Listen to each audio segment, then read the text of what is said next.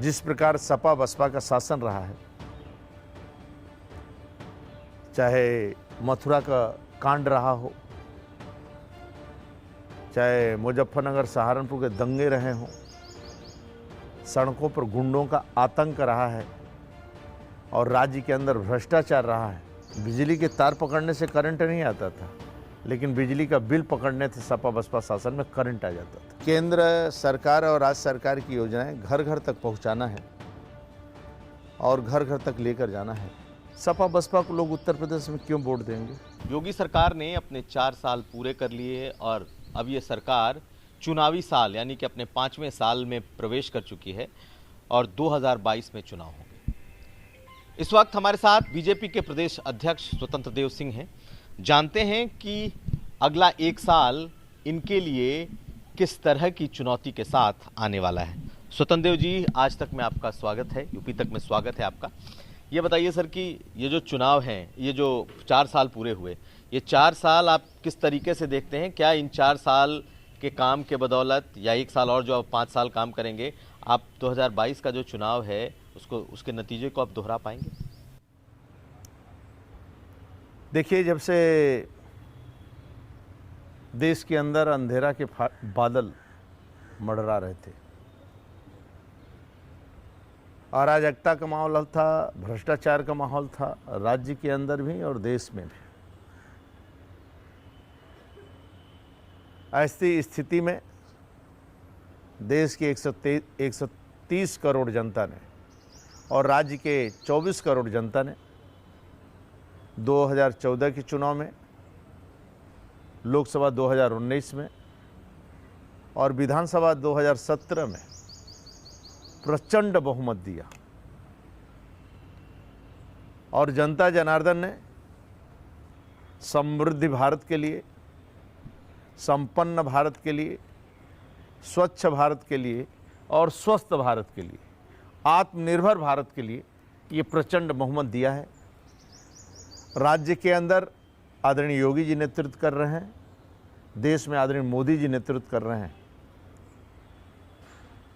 और जिनके नेतृत्व में दोनों लोग जनता के बीच में, आदरणीय मोदी जी के नेतृत्व में, राज्य की भी सरकार आदरणीय योगी जी के नेतृत्व में एक लोकप्रियता है, समाज में स्वीकारता है और जनता पसंद कर रही है। उनके विकास कार्यों को भी, जो कहा जाए ज़मीनी हकीकत जिसे कहते हैं, गांव गरीब किसान की खुशहाली है, झुग्गी झोपड़ी इंसान की खुशहाली है, आदिवासी, वनवासी, गिरवासी, दलित, शोषित, वंचित, युवा, नौजवान, महिला, पुरुष, सामान्य वर्ग, यानी सबका साथ, सबका विकास, सभी का विश्वास भी है और विकास के रास्ते पर राज्य बढ़ रहा है आगे। इसलिए जब जनता के बीच में नेता की स्वीकारता होती है तो ज़्यादा प्रॉब्लम नहीं होती है। आपको लगता है कि 4 साल का जो शासन रहा है उससे जनता पूरी तरीके से खुश है, संतुष्ट है?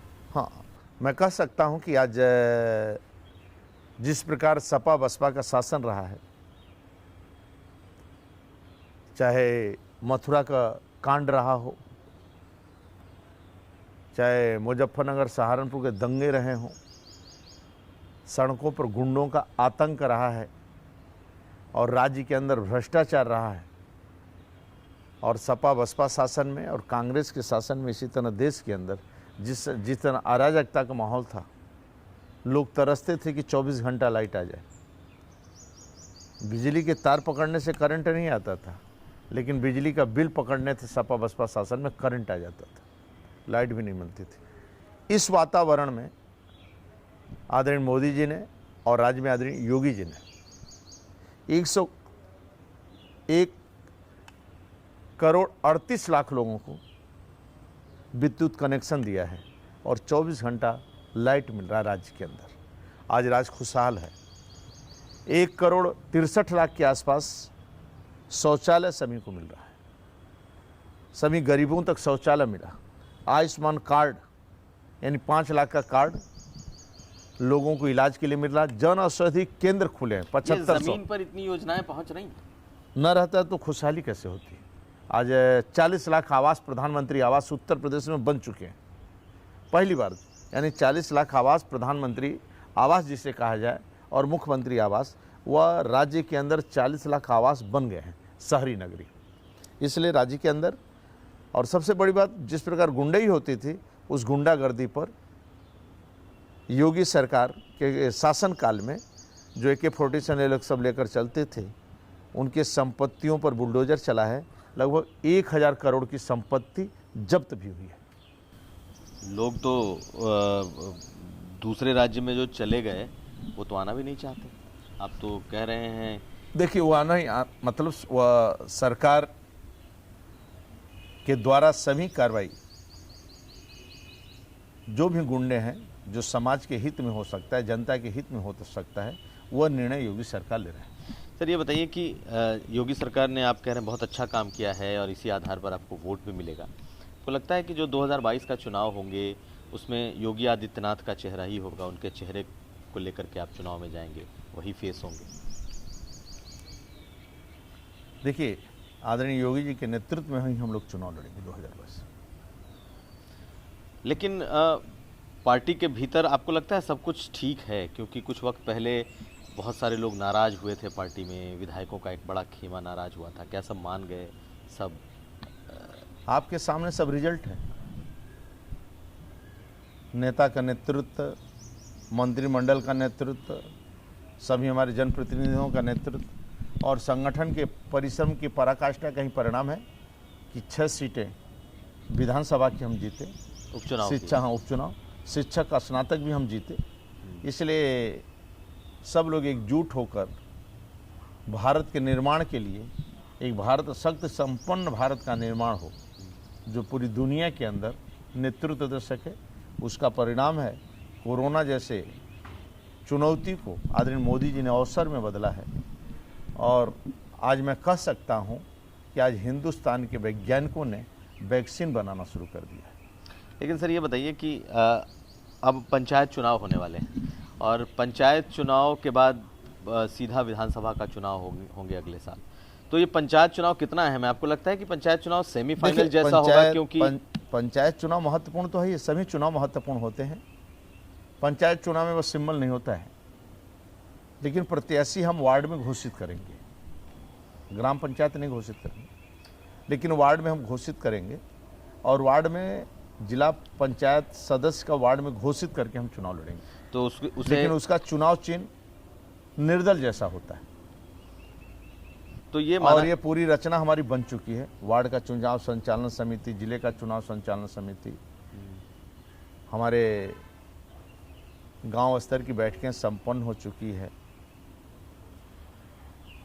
गांव में चौपालें लगभग संपन्न हो चुकी हैं और वार्ड की बैठक भी संपन्न हो चुकी है। और सरकार के 4 साल पूर्ण होने पर पार्टी ने निर्णय लिया है कि 19 से लेकर 26 तक कार्यक्रम चलेंगे। विधानसभा स्तर पर, ब्लॉक स्तर पर, वार्ड स्तर पर, तहसील स्तर पर, और 25-26 को घर घर संपर्क यानी डोर टू संपर्क बूथ समितियां करेंगी। ये पार्टी ने निर्णय लिया।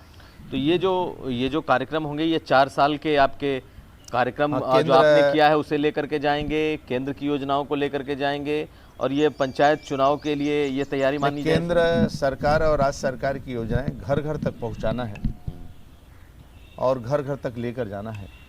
लाभार्थी से संपर्क करना है, लोगों से संपर्क करना है।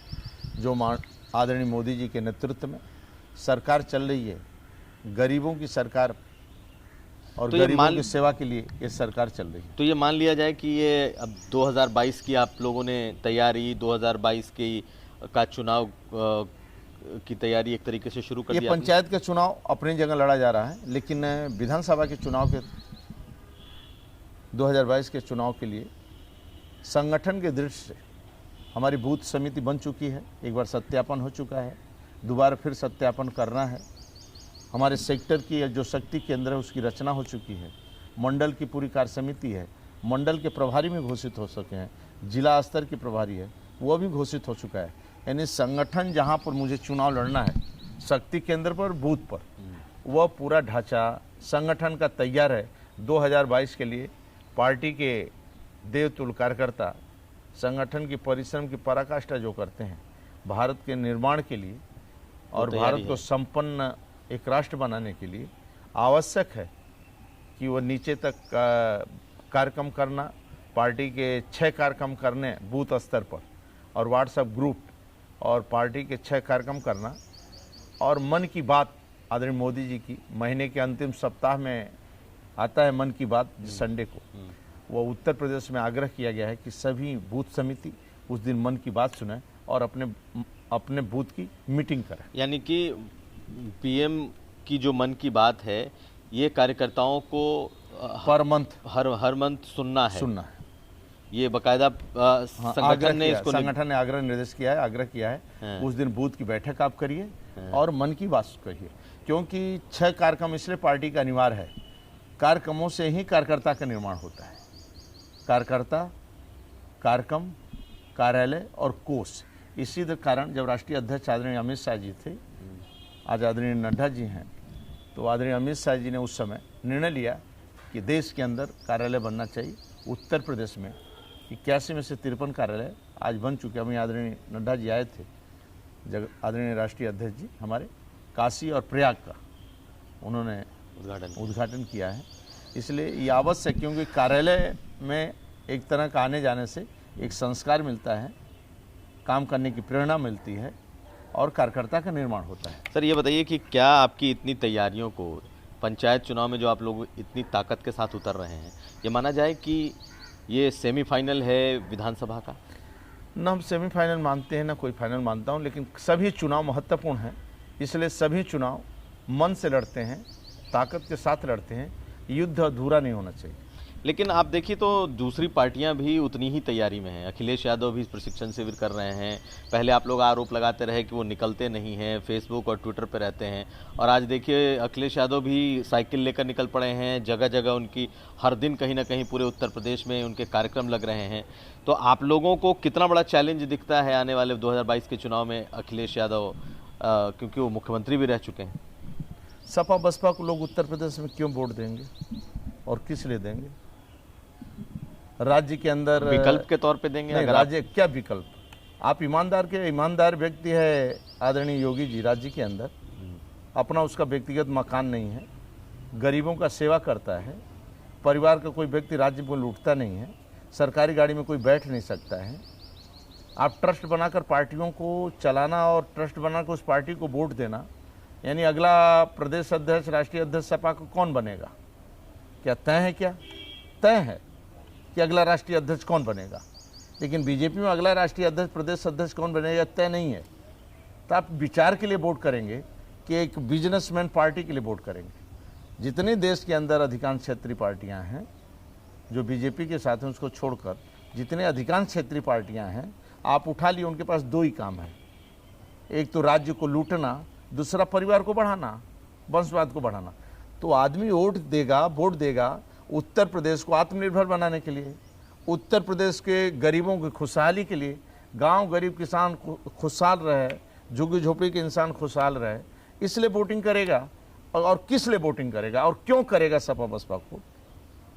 नहीं, सपा समाजवादी पार्टी की तैयारी देख करके आपको लगता नहीं है कि आपके लिए बड़ा चैलेंज हो सकता है? नहीं, जनता कोई गंभीरता नहीं ले रही है। हम तो दौड़ा कर रहे हैं, जनता कोई गंभीरता नहीं ले रही है, क्योंकि इनका शासन देख चुके हैं लोग, किस प्रकार की गुंडागर्दी, अत्याचार, भ्रष्टाचार, राज्य को लूटने का काम। न कोई नेतृत्व है, कोई न नेता है, कुछ है ही नहीं है। अखिलेश यादव नेता है? हाँ तो है, तो ठीक है, उसमें क्या प्रॉब्लम है? लेकिन नेता किस पार्टी के थोड़ा है, एक ट्रस्ट है, वो तय करना ना कि अगला राष्ट्रीय अध्यक्ष कौन होगा। न प्रदेश अध्यक्ष न राष्ट्रीय अध्यक्ष, वो तय करें ना। स्वतंत्र देव जी, सिर्फ समाजवादी पार्टी की बात नहीं, उत्तर प्रदेश में आप देखें तो कांग्रेस भी बहुत सक्रिय है। खुद प्रियंका गांधी ने कमान अपने हाथ में ले रखी है। पूरे प्रदेश का वो लगातार दौरा कर रही हैं। जहाँ जहाँ सरकार से गड़बड़ियाँ होती हैं वहाँ वो खुद पहुँचती हैं। लगातार किसानों के साथ वो खड़ी हैं। आपको लगता नहीं है कि ये तमाम चीज़ें ऐसी हैं जो आपके लिए चैलेंज है आने वाले समय में? देखिए, आज़ादी के बाद कांग्रेस की लीडरशिप आप पूरा उठाइए, चाहे सरदार पटेल रहे हों, बाबा भीमराव अंबेडकर रहे हों, नेहरू जी उस समय नेतृत्व कर रहे थे, और बहुत बड़े बड़े नेता थे उसमें, जो राष्ट्र के लिए, देश के लिए मरते जीते थे। नेहरू के कारण ही डॉक्टर श्यामा प्रसाद मुखर्जी ने पार्टी छोड़ा था कश्मीर को इशू लेकर। आज मेरे को बताइए कांग्रेस में कौन नेतृत्व करने वाला है? वो भी एक वंशवाद की पार्टी बनकर रह गई है। नहीं, आप वंशवाद और परिवारवाद करके आप पूरे विपक्ष को खारिज नहीं कर सकते। नहीं, अब नेतृत्व देना किसी को। मैं कह रहा हूं कांग्रेस में अच्छे अच्छे लीडर हैं, दूसरे को आगे दे नेतृत्व। क्यों उसी पर बैठे रहना? क्या भ्रष्टाचार करना है? क्या कोई ट्रस्ट है? क्या कोई फैक्ट्री है? क्या पॉलिटिकल क्षेत्र है ना? पॉलिटिकल क्षेत्र में कार्यकर्ता का कांग्रेस में निर्माण करो। ये तो जनता तय करेगी ना कि वो जनता ने पार्टी में तो नेता पार्टी तय करती है। आप नहीं छोड़ेंगे जबरदस्ती तो पार्टी क्या तय करेगी? पार्टी लोकतंत्र है ना, लोकतंत्र में चर्चा करो। नहीं, आप ये बताइए, ये तो कांग्रेस के भीतर की बात हो गई, आपको कितना बड़ा ये खतरा आपके हिसाब से लगता है कि प्रियंका गांधी खुद इस चीज़ को लीड कर रही हैं और विधानसभा के जो उपचुनाव हुए उसमें 2 जगहों पर वो नंबर 2 रही है कांग्रेस पार्टी। अभी तक कांग्रेस पार्टी को बहुत ज़्यादा सीटें नहीं मिली, उनके वोट परसेंटेज नहीं मिले, लेकिन जब से उन्होंने अपने हाथ में कमान ली है वो पार्टी को पुनर्जीवित कर रही हैं, जिंदा कर रही हैं। आपके लिए खतरा नहीं आने वाला? अच्छी बात है, ईमानदारी से काम करेंगे और ईमानदार जैसा रहेंगी। और आदरणीय योगी जी के पास, जैसे आदरणीय मोदी जी के पास अपना व्यक्तिगत कोई मकान नहीं है। गरीब के लिए मरते हैं, गरीब के लिए जीते हैं, और गरीब की खुशहाली और गांव की खुशहाली के लिए लोग काम करेंगे और राष्ट्र को परम वैभवशाली बनाने के लिए काम करेंगे। सीमी और आतंकवाद, माओवाद का समर्थन नहीं करेंगे तो हो सकता है आगे उनकी प्रगति हो। सर, आखिरी सवाल, आपको लगता है कि जो 2022 का चुनाव है, आप लोगों ने इस बार 300 से ज़्यादा सीटें लेकर के आप आए, इस बार आप अपना कैलकुलेशन क्या देखते हैं? क्योंकि 1 साल के बाद चुनाव है और अब आज से आप चुनावी साल में प्रवेश कर चुके हैं। देखिए, कार्यकर्ताओं का परिश्रम की पराकाष्ठा, जनता जनार्दन का आशीर्वाद हम लोग लेकर चुनाव में जाएंगे और 2022 प्रचंड बहुमत के साथ हम सरकार बनाएंगे, क्योंकि 2024 तक सभी को पक्का मकान देना है, सभी के घरों में स्वच्छ जल पहुंचाना है, नल से जोड़ना है। बुंदेलखंड में महिलाएं गीत गाती थीं, 70 साल निकल गए आज़ादी के, गीत गाती थी मेरा खसम मर जाए लेकिन मेरी गगरी न फूटे। इतने दूर से लोग पानी लेकर आते थे। तो आज की डेट में 15,000 करोड़ का बजट आदरणीय मोदी जी ने दिया है।